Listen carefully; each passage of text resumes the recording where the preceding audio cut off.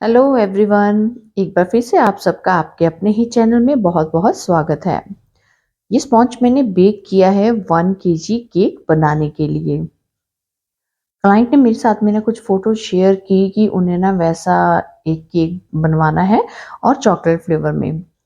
तो उस डिज़ाइन के अकॉर्डिंग ना उसमें ब्लू कलर जो बहुत डार्क था, तो मैंने अपने क्लाइंट को ना पहले ही बता दिया था कि कई बार ना इतना डार्क कलर स्टेन भी कर सकता है।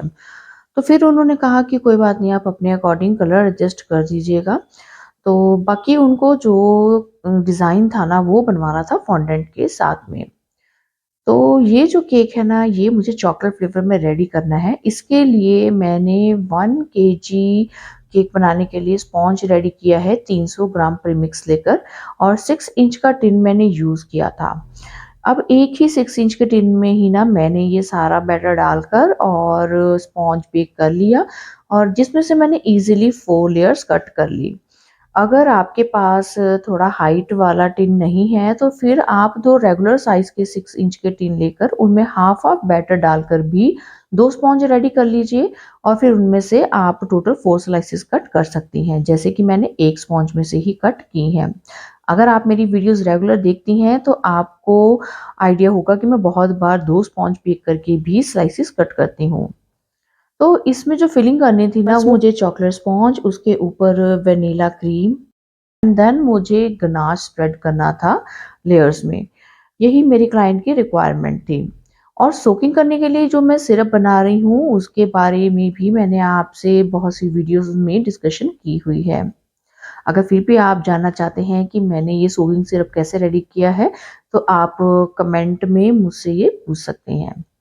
तो उसके बाद में अब वो जो क्रम कोटिंग का काम था वो मैंने कर दिया 1 दिन पहले ही कंप्लीट, और इसको मैंने रैप करके, क्लिंग रैप करके और फ्रिज में रख दिया था। अब इसी टाइम के दौरान ना क्या हुआ कि मैंने रात में मैसेज चेक किया, मेरी एक और क्लाइंट को ना कपकेक्स चाहिए थे, कस्टमाइज्ड कपकेक्स थे। उनके जो डिज़ाइन उन्होंने मुझे खुद से ही सेंड किए थे कि उनको वो ना 4 कपकेक चाहिए थे चॉकलेट फ्लेवर में ही। तो नेक्स्ट डे मॉर्निंग उठकर ना मैंने साथ के साथ उनकी भी प्रिपरेशन स्टार्ट कर दी थी। अब ये जो केक था, अब नेक्स्ट डे मॉर्निंग में मैंने इसकी फाइनलाइजिंग का काम स्टार्ट किया। सो इसके लिए जो एक फ़ोटो क्लाइंट ने पहले सेंड की थी ना, उसी में से ही कलर चूज़ करते हुए उस कलर को थोड़ा-सा मैंने लाइट रखा और इस केक की फाइनलाइजिंग का काम जो है ना वो कंप्लीट किया। अब ये केक जो है ना वो बॉय के बर्थडे के लिए बन रहा था। सो मैंने बस उसी अकॉर्डिंग ही यहाँ पर आइसिंग के कलर जो है ना वो चूज़ किए थे, और ये कंट्रास्ट देखने में भी काफ़ी अच्छा लग रहा था। तो पहले क्लाइंट ने कहा था आप सिंपल सा एक केक बनाकर ना बस उस पर आप चॉकलेट ड्रिपिंग कर दीजिएगा। तो वही बात को मैंने माइंड में रखा। मैंने आइसिंग के लिए भी वो कलर चूज़ किए जो उन्होंने फ़ोटो सेंड की थी उससे मिलते-जुलते ही, और फिर आइसिंग करने के बाद में ना मैंने इस केक पर गनाश के साथ में ड्रिपिंग भी कर दी थी। अब इस केक का काम करने से पहले ही मैंने अर्ली मॉर्निंग उठकर ना जो कपकेक्स बनाने थे वो भी बेक करने रख दिए थे। कि मेरे क्लाइंट ने कहा था कि उनको ना ये 3 बजे तक चाहिए कपकेक रेडी। उस अकॉर्डिंग ही जब हम एक केक पर काम कर रहे हैं, एक केक के लिए आपने क्रीम बीट करनी है, उतने में ही अगर आपके पास कोई दूसरा ऑर्डर आ जाता है ना, तो आपको एक साथ ही क्रीम व्हिप करना या फिर स्पॉन्ज एक ही बार में बेक कर लेना ना आसान लगता है, तो इससे आपके टाइम की भी बहुत बचत हो जाती है। तो यहाँ पर फाइनलाइज़िंग को कंप्लीट किया और फिर मैंने टॉप पर ना ये स्वर्ल वाला डिज़ाइन बना दिया था, और इसके बाद में मैंने जैसे कि आपको बताया मुझे ड्रिपिंग करनी थी, सो मैंने 2:1 रेशियो का चॉकलेट गनाश लिया। उसकी कंसिस्टेंसी को थोड़ा-सा एडजस्ट कर लिया था, उसमें हल्का-सा वार्म मिल्क डालकर ल्यूक वार्म मिल्क ऐड किया, और फिर पाइपिंग बैग में आगे से कट लगाकर और ये ड्रिपिंग बना ली है। और फिर इसको मैंने फ्रिज में रख दिया जब तक ये अच्छे से सेट हो जाए। अब चलते हैं 1 दिन पहले के काम पर। अब इस केक की जो फाइनल डेकोरेशन थी ना वो मुझे PS5 गेम के रिमोट कंट्रोल के साथ में करनी थी। एक मुझे यहाँ पर रिमोट कंट्रोल बनाना था फॉन्डेंट से। तो उसके अकॉर्डिंग ना सबसे पहले ये शेप बनाकर मैंने ड्राई होने के लिए रख दी थी, और इसको मैंने कैसे बनाया वो मैंने आपको यहाँ शुरू में ही बनाकर दिखा दिया था। सो दैट आपको आइडिया हो जाए कि आप इसको कैसे बाय हैंड ही फोल्ड करके बना सकते हैं। तो ये वाला जो डिज़ाइन है ना, मैं भी फर्स्ट टाइम ही बना रही थी। बहुत बार कई क्लाइंट्स ने इसके बारे में ऑर्डर प्लेस करने का मेरे साथ में डिस्कशन किया था, बट कभी प्राइस नहीं सेट बैठता था, कभी कुछ और बीच में बात आ जाती थी। मेरा ये डिज़ाइन कभी बनने तक पहुँचा ही नहीं था। सो इस बार मुझे चांस मिल गया था इस डिज़ाइन को बनाने का। तो यहाँ पर अब ये जो PS5 का रिमोट है मैं कैसे बना रही हूँ, आप ये साथ के साथ में देखते जाएँगे तो आपको और ज़्यादा अच्छे से पता लगता रहेगा। अब ऐसी चीज़ें मैंने तो पहले कभी बनाई नहीं थी और सच कहूँ तो ज़्यादा इनके बारे में पता भी नहीं होता। कई बार तो क्लाइंट जब कुछ बताता है ना, तो मुझे भी वो गूगल पर सर्च करना पड़ता है कि ये क्या चीज़ है? क्योंकि जो चीज़ आपके हाथ से निकलती है ना, तभी आपको पता लगता है कि ये क्या है और इसको कैसे बनाना है। सो बहुत बार हमें भी ना सोशल मीडिया से आइडिया लेना पड़ता है कि जो हमें बनाना है, क्लाइंट की रिक्वायरमेंट है, वो एक्चुअल में है क्या, दिखता कैसा है। तो ऐसा आई होप कि सबके साथ ही होता होगा, जब हम काम करते हैं तभी हमें उसके बारे में और अच्छे से पता लगता रहता है। तो जितना मैं अपनी तरफ से एफर्ट लगा सकती थी, मैंने उतना यहाँ पर छोटी-छोटी डिटेलिंग के साथ में इसको बनाने की कोशिश की। और यहाँ पर जो ऊपर मुझे बटन बनाने थे, उन्होंने मेरा बहुत टाइम लिया। अब छोटे-छोटे बटन्स जो थे वो 4 एक साइड पे, 4 दूसरी साइड पे इस रिमोट के ऊपर मुझे प्लेस करने थे, बस उनमें मेरा सबसे ज़्यादा टाइम लगा। क्योंकि मैं जितनी बार भी शेप कट कर रही थी ना, फिर जब उनको मैं रिमोट के ऊपर रख के देखती थी, वो साइज़ में फिर बड़े लगते थे, फिर मैं उनको दोबारा से छोटे साइज़ में बना रही थी। अब इतने छोटे बटन्स को उठा कर ना ऊपर प्लेस करके स्टिक करना एक पोज़ीशन में, वो मुझे थोड़ा-सा टफ काम लग रहा था। तो जितना काम बारीकी का होता है ना, उतना ही ज़्यादा एफर्ट लगते हैं और उसमें टाइम भी कई बार ज़्यादा लगता है। अगर आप भी रेगुलर फॉन्डेंट का काम करते हैं, तो आप भी इस मेरी बात से ज़रूर एग्री करेंगे। तो ये देखिए जो छोटे-छोटे से बटन है ना, बस इनको मैंने एक साइड पर लगा दिया और दूसरे साइड पर भी जो बटन लगाने थे, वो भी मैंने कट कर लिए और फिर इनके ऊपर कुछ मार्क्स बनाने थे, वो भी मैंने यहाँ पर बना दिए थे। बाकी इसको बनाना कुछ ज़्यादा मुश्किल भी नहीं था। जैसे हम अगर फिगरीन्स बनाते हैं, बॉय या गर्ल कुछ ऐसा बनाते हैं, तो वो ज़्यादा टाइम कंज्यूमिंग होते हैं। इसमें तो उसके कंपैरेटिवली इतना टाइम नहीं लग रहा था। अब क्लाइंट ने कहा था आप एक रिमोट बना दीजिएगा, साथ में आप एक मोबाइल बना दीजिए और कुछ एडिबल आइटम्स बना दीजिए, जैसे कि एक पिज़्ज़ा और उन्होंने कहा था कि आप फ्रेंच फ्राइज़ साथ में बना दीजिएगा। तो बस उसी की प्रिपरेशन यहाँ पर चल रही है। सो जो रिमोट मोबाइल बनाना था ना, उसका मैंने सोचा कि सिर्फ़ मोबाइल की बैक साइड ही दिखाते हैं। इतना भी इनफ होगा शो करने के लिए।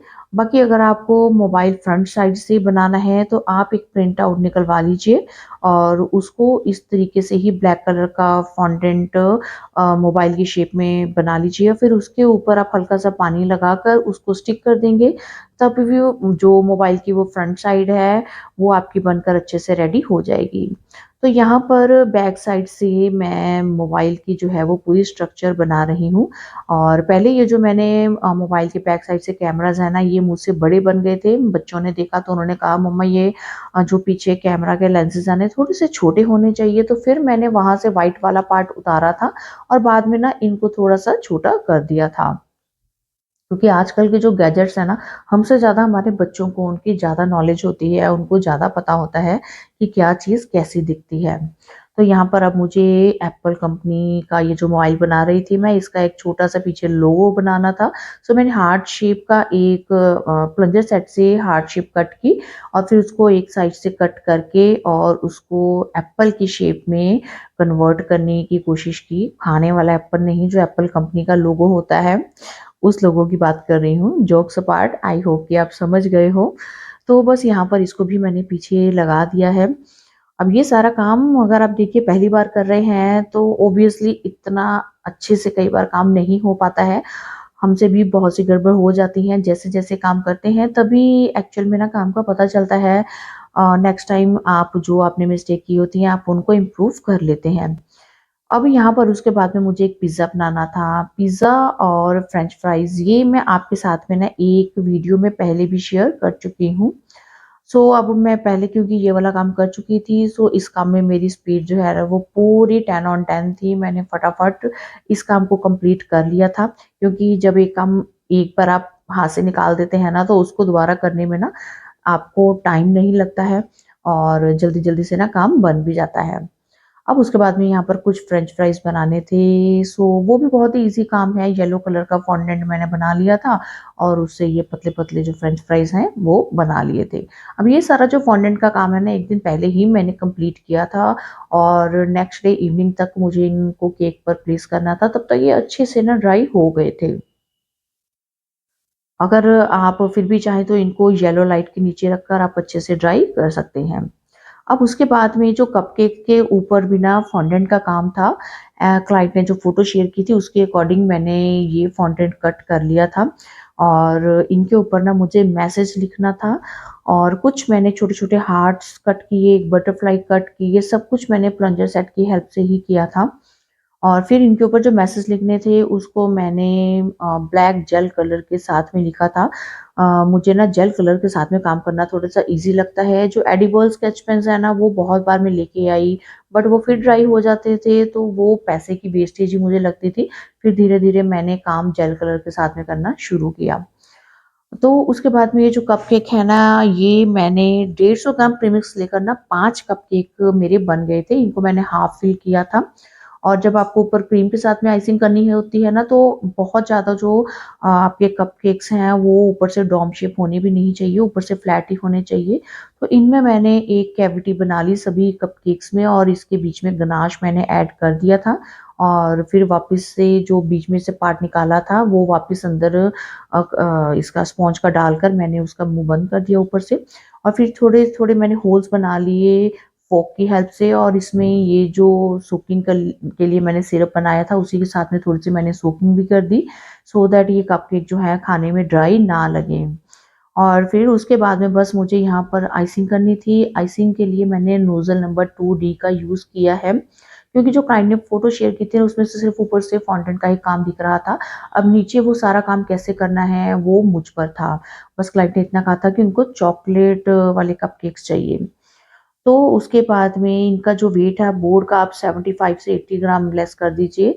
तो ये मेरे अप्रॉक्सिमेट ना 250 से 260 के बीच में इनका चारों का वेट जो है वो बनकर रेडी हो गया था। और ऊपर यहाँ पर मैंने कुछ स्प्रिंकल डाल दिए हैं और इनको भी मैंने फ्रिज में सेट होने के लिए रख दिया जब तक कि मुझे इनको डिलीवर करना था। तो जस्ट डिलीवरी के टाइम पर ही मैंने इसका बॉक्स रेडी किया और उसके बीच में कपकेक्स को प्लेस किया और ये जो मेरे फॉन्डेंट के बनाए हुए टॉपर्स थे ये अच्छे से ड्राई हो गए थे और फिर इनको मैंने उसी सीक्वेंस में इन कपकेक्स के ऊपर प्लेस किया जो सीक्वेंस क्लाइंट ने मेरे साथ में शेयर किया था। तो मेरे कपकेक भी टाइम से बनकर रेडी हो गए और क्लाइंट के पास अच्छे से डिलीवर भी हो गए थे। अब चलते हैं वापस से अपने केक की तरफ। अब जब केक मुझे डिलीवर करना था जस्ट उससे कुछ टाइम पहले ही मैंने फॉन्डेंट के टॉपर्स को ऊपर प्लेस किया। जो ये रिमोट था ना वो सारा का सारा तो केक के ऊपर नहीं रखा जा रहा था क्योंकि टॉप पार्ट पर ना इतनी जगह नहीं थी। सो मैंने यहाँ पर पीछे 2 टूथपिक इंसर्ट किया और उसकी हेल्प से ना मैंने इसको थोड़ा-सा स्टैंडिंग पोज़ीशन में केक के ऊपर रखा सो दैट मेरे बाकी के टॉपर्स भी ना केक के ऊपर अच्छे से प्लेस हो जाएँ। तो बस आज की इस वीडियो में यही था काम जो मैंने किया और आपके साथ में शेयर किया। आई होप कि आपको आज की वीडियो यूज़फुल लगेगी। फिर भी अगर आपकी कोई क्वेरी है तो आप बेझिझक मुझसे कमेंट बॉक्स में पूछ सकते हैं। और अगर आपने चैनल को सब्सक्राइब नहीं किया तो जल्दी से कर दीजिएगा। मिलते हैं एक और वीडियो में। Till then bye bye. Thanks for watching.